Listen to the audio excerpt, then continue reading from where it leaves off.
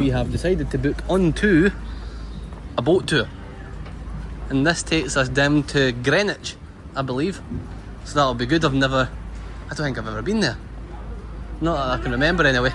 So we're heading down to gate B. I think it's due to leave in about 20 minutes ish.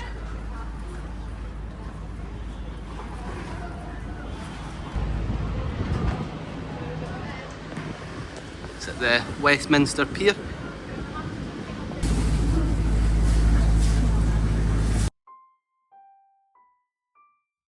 Welcome on board. The boat you're on today is the Mercia, and as you can see we have left Westminster Pier. We're going to make our way down river to Tower Bridge and Greenwich with 2 additional stops through the next bridge at Embankment and Festival Pier if we have people waiting. Now when we leave the piers we have to give you a safety announcement, nothing to alarm you, just so you know that life jackets on the top deck are in the white boxes as you come up the stairs. They are marked in the green and white international signs.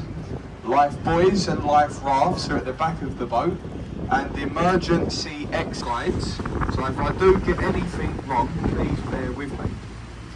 Now we're just passing to the right, the London Eye, London's top tourist attraction, and it stands at 450 feet tall. It will take 30 minutes to go round. You get on and off as the wheel is moving. Surrounding the wheel there are 32 pods. That's a pod for every borough of London. From the top on a good day you can see 25 miles in all directions. A ticket to go on there, I think it now costs £35. A very nice building to your left, behind the trees, that white Gothic styled building, Whitehall Court Mansions. That's home to the 5-star Royal Horse Guards Hotel and the Winston Churchill Wartime Office Museum. So a very nice building, that one, Whitehall Court. On our way through London, we are going to pass beneath many bridges, and the first bridge we pass under is the Charing Cross Railway Bridge. Charing Cross Station to the left in the West End of London. Now it's an old tradition we have on this boat, folks. It is said if you wave to the people crossing the first bridge and they wave back to you, that is said to bring 5 years of bad luck. I'm only joking. 5 years of good luck. So there's one on the other side as well. Keep smiling, keep waving, and it does tend to keep their hands busy as well. So don't worry if they don't wave back. The ones who don't wave back to you, they are probably just from London and miserable like the rest of us. So we're just making our first stop, ladies and gents, on the left, Embankment Pier. Just a handful of people to join us. So just bear with me for one moment whilst people to join us over on this side as well. It looks a bit quiet over here. I don't know if we have anyone joining us actually, so it's a very quiet day in London today.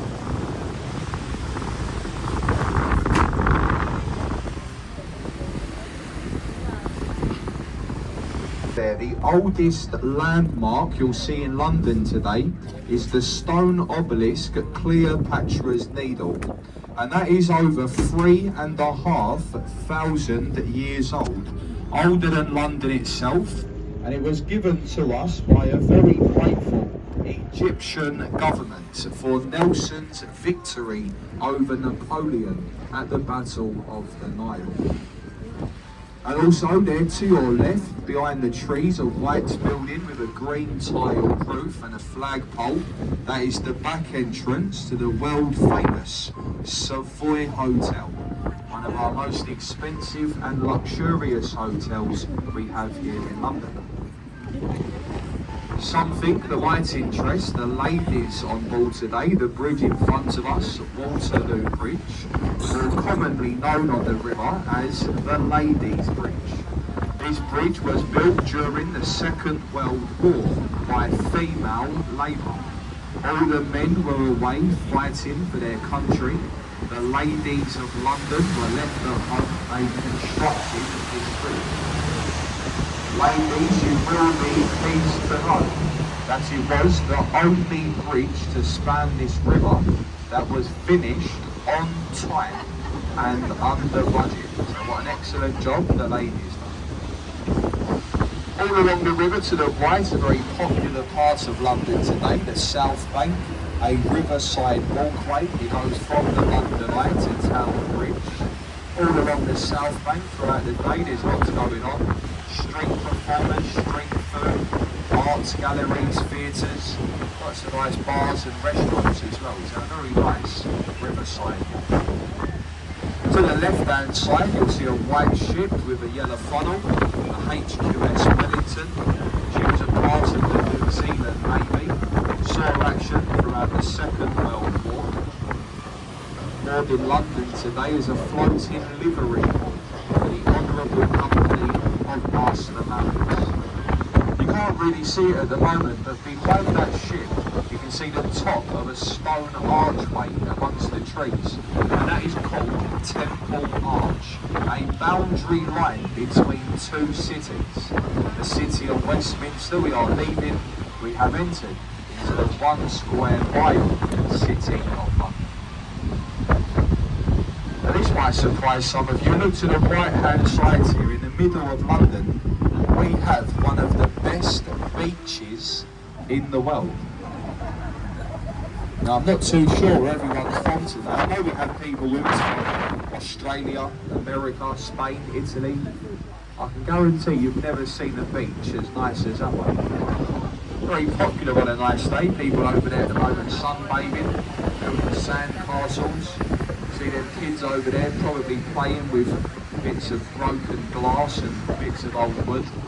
Nice family day out at the beach, all free of charge as well. And you picked an excellent time to come out for a boat ride today. It's nearly high water in London. Today the tide is going to rise over 7 metres. With it nearly being high water, you get to see the landmarks much clearer. Look ahead of us, above the bridge to the left, the large dome and golden cross, St Paul's Cathedral. That was designed by Sir Christopher Wren, and it took 35 years to build. It was completed in 1710. Directly on the left, a white building with a green sloping roof and a pinnacle on top.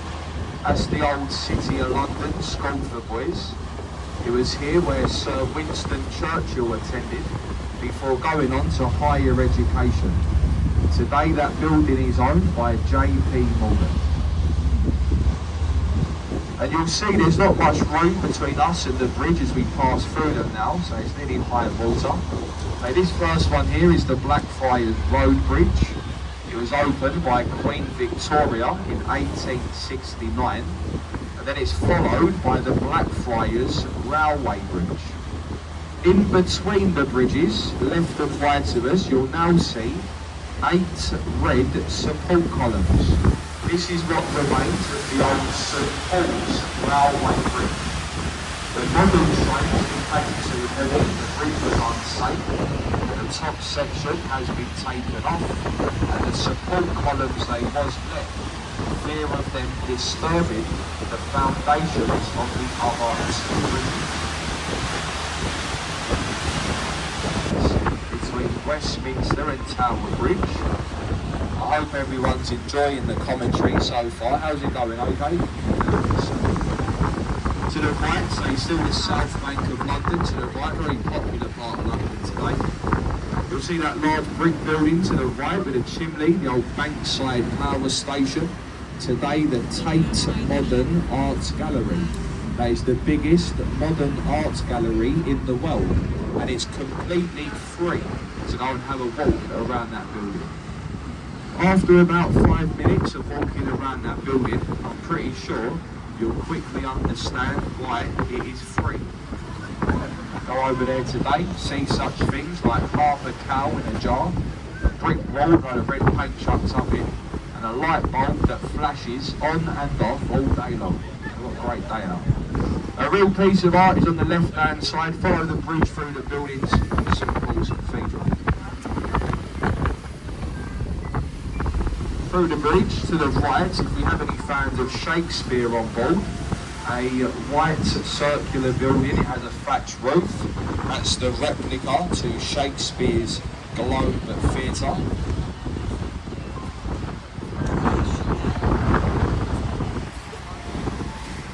On summer's nights, you can go over there, you can watch all of Shakespeare's greatest plays. They're all being performed as they would have been done in the Elizabethan era. They don't use no stage lighting, no microphones, and that is the only thatched roof building in London since the Great Fire back in 1666.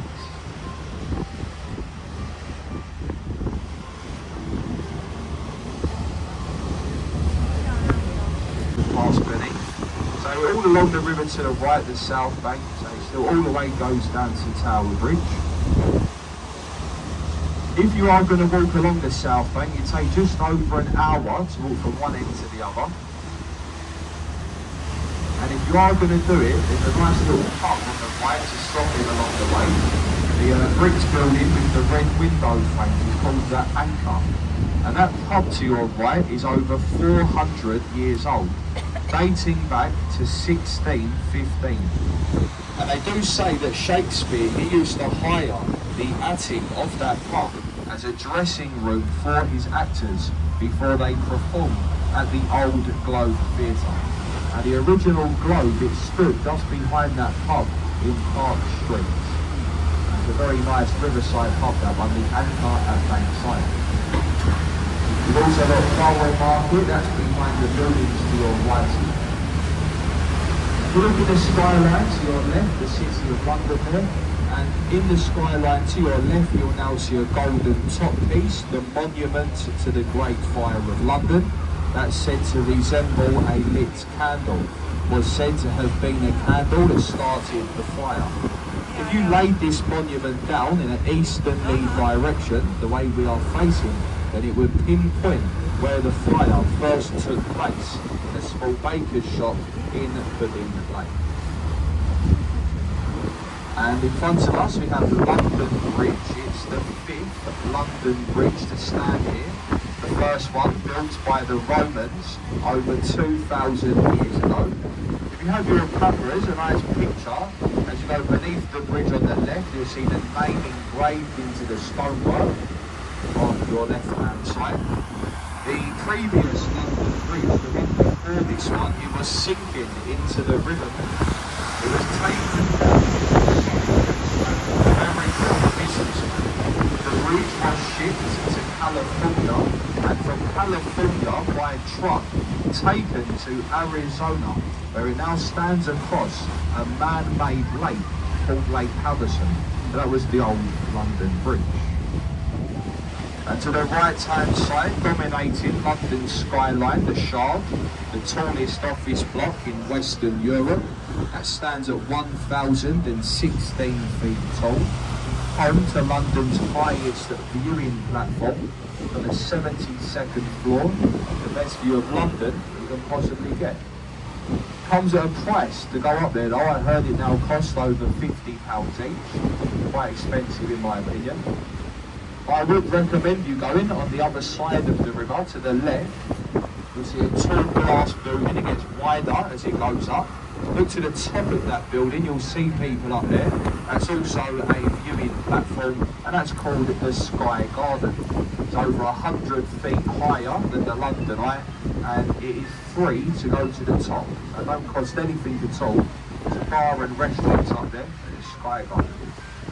Two British warships here to the right in the river, both flying the Union Jacks at the front, and they are the only Union Jacks you'll see in London today. If you see those flags flying from, say, a building, they are called a Union flag. It's only ever called a Union Jack when it is flown from the jack staff of one of His Majesty's ships. Now this little, the smaller warship here to our right is a fully functioning warship, arrived in London a couple of days ago. I presume it's here getting supplies before going back out to sea, and is moored alongside the HMS Belfast, the larger one of the two, which is permanently moored here in London as a museum today. You can go on board, explore all 9 decks, and children under 10, they go for free. So a very good day out on board the HMS Belfast.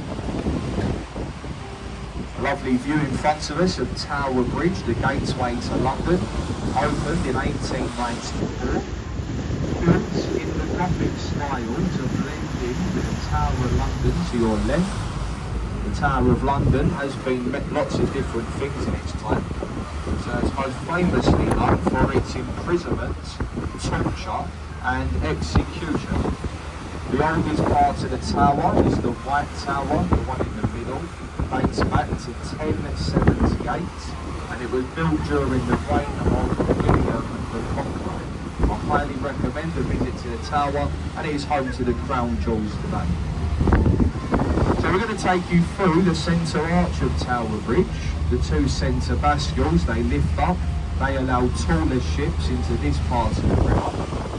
Not a lot of people do realise though, if you look up above you, at the top 2 catwalks in the middle, they have been fitted with a glass floor. If you look up there, you will see people standing on the glass above your heads. Now I mean, try not to look too carefully. You'll be very surprised what you can see from down here sometimes. That's some eyeballs, believe me. That's called the Tower Bridge experience.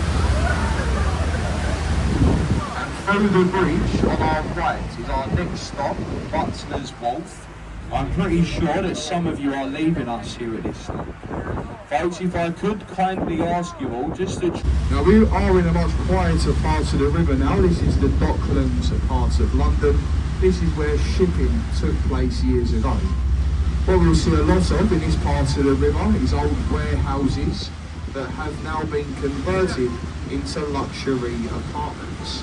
Very expensive property in this part of the river.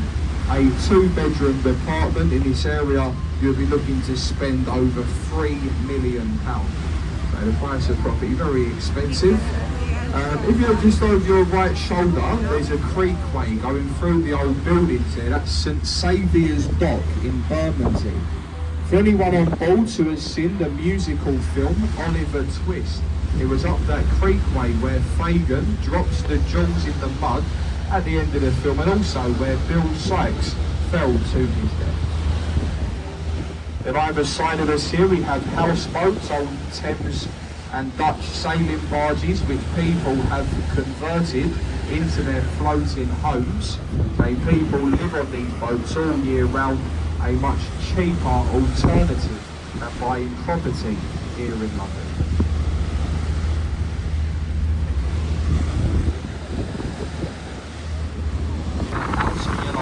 Building has the name on the side, Oliver's Wharf, and that was a tea warehouse. To the left of Oliver's Wharf, on the side of the building, is a very famous pub we have on the River Thames, and it's called the Town of Ramsgate. Now years ago, this pub was an Admiralty court where convicted pirates and smugglers were judged. If you were found guilty of piracy, you would have been given your last tot of rum in the town of Ramsgate. You then would have been walked down whopping stairs to the left of Oliver's Wharf, and then a low water brought along the foreshore. You see the 3 red balconies coming up on the left. It has the letter E on top. That letter E stands for execution. It was here where the pirates were chained to the riverbed, and they was allowed 3 tides to pass over their body. This form of execution, it was called the grace of whopping. We did look online the other day, and it said there were over 300 pirates put to their death here at Execution Dock. And then we have the blue piers on our left. That is the Thames Police Force, the oldest uniformed police force in the world. They are older than the more famous Bow Street runners. They would have combated piracy, thieving and smuggling, which was rife on the Thames years ago. It was at one stage over 30% of cargo in London was being stolen. That's why they fought the Thames River Police.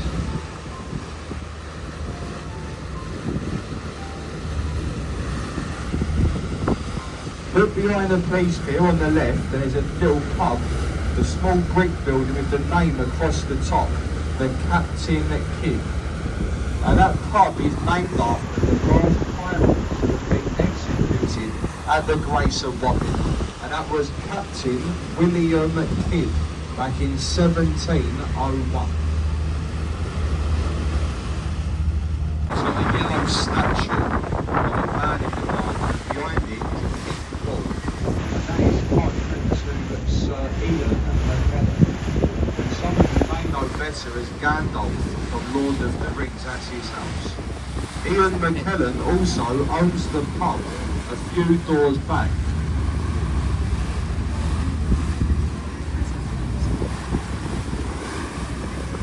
He owns the pub a few doors back. The first white building we pass, he has the gold lettering across the top, and it's called The Grapes. Charles Dickens, he actually lived in the attic of that pub when he wrote his book, Our Mutual Friend. That's another very nice riverside pub, The Grapes of Limehouse.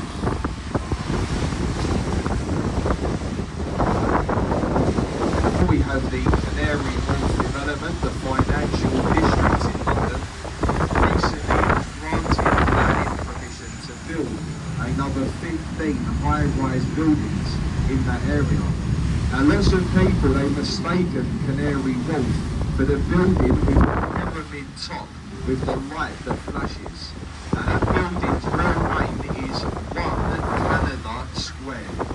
Canary Wharf is the name of the land in which it's built on. Now this is where ships from the Canary Islands were once dropping off their cargo, and it was mainly fruit in the docks ahead of us. A very clean and well maintained part of London today. Lots of seafood. Now you can easily spend the rest of your day here and there. If you look down the river in front of us, you'll see two large white buildings with the domes on top. They are the old Greenwich Naval Colleges. That is where the Navy were trained years ago. Today that's home to Greenwich University.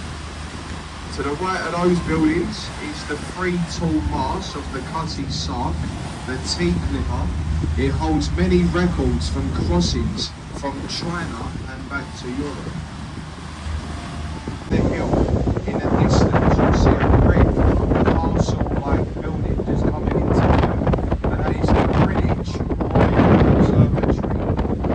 You see the T-bar with the red ball at 5 to 1 every day. The red ball will climb the mast. At 1 o'clock, the ball will drop, and that's when Greenwich Mean Time is set. It's up there where east meets west and where time is set throughout the world. We have arrived at Greenwich Pier. And that's, we don't get the boat back because I just paid the one way, so now we've got to find our way back some other way, probably get the underground or something like that. So we're just wandering around Greenwich. We're heading up towards the O2 Arena way. Got a nice walk there. We are coming back to Greenwich at some point for a dinner and that, and visiting some of the tourist attractions, so at least it'll help us get our bearings and that. Here's the IFS Cloud cable car from Greenwich, and we're going to take that over to the other side of the water.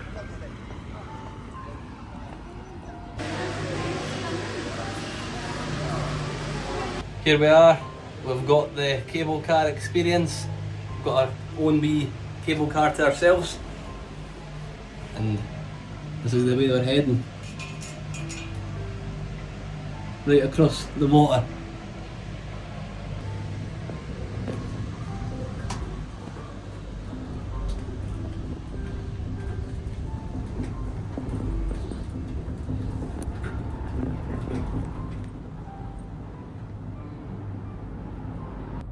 What a view.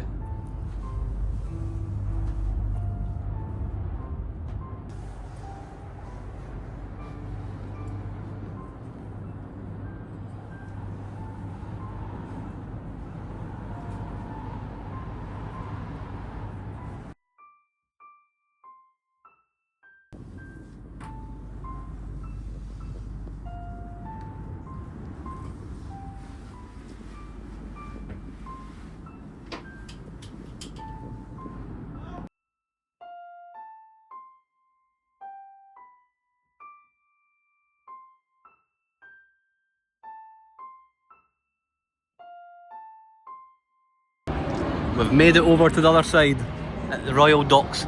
There's a plane coming in.